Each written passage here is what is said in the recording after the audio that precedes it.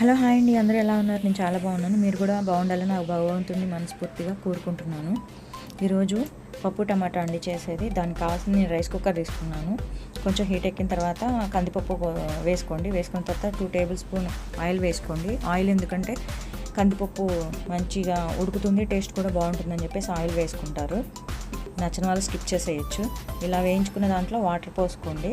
Water పోసుకొని 2-3 times అంటే 2-3 సార్లు శుభ్రంగా నీళ్ళలో క్లీన్ చేసుకోవాలి. క్లీన్ చేసుకున్న తర్వాత సరిపడా నీళ్ళు పోసుకొని పొయ్యి మీద పెట్టుకోండి.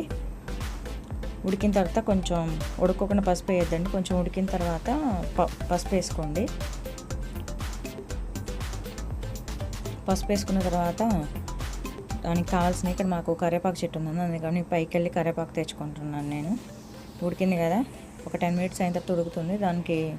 దానిలో కావాల్సినవి 2 టమాటాలు, ఒక పెద్ద పచ్చిమిర్చిలు ఒక 4-5 వేసుకోండి. ఉల్లిపాయ, కరివేపాకు, జీలకర్ర వేసుకొని మూత పెట్టుకోండి. ఉడికిన తర్వాత ఇందులోకి చింతపండు, ఒక చిన్న నిమ్మకాయ సైజ్ అంత చింతపండు నానబెట్టుకొని తీసుకొని దాంట్లో పోసుకోండి వాటర్. తర్వాత వచ్చేసి కారం, సరిపడా కారం వేసుకోండి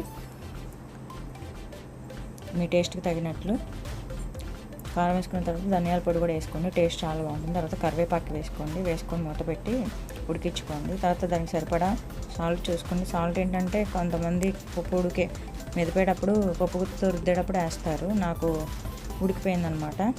అలాగే ఇది పప్పు కోసం అని చెప్పేసి ఆయిల్ వేసుకున్నాను. నేను ఆయిల్ వేయలేదండి, నెయ్యి వేసాను. ఆయిల్తో చేసుకునే వాళ్ళైతే దాంతో చేసుకోవచ్చు.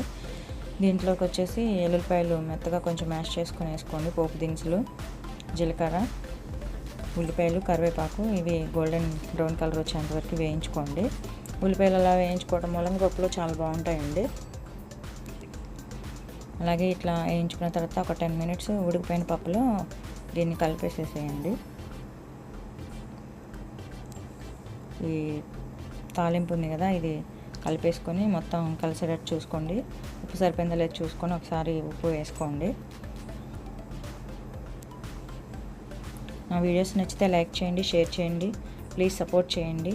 మీ వాల్యుబుల్ కామెంట్ని కింద కామెంట్ సెక్షన్లో రాయండి. Thank you for watching.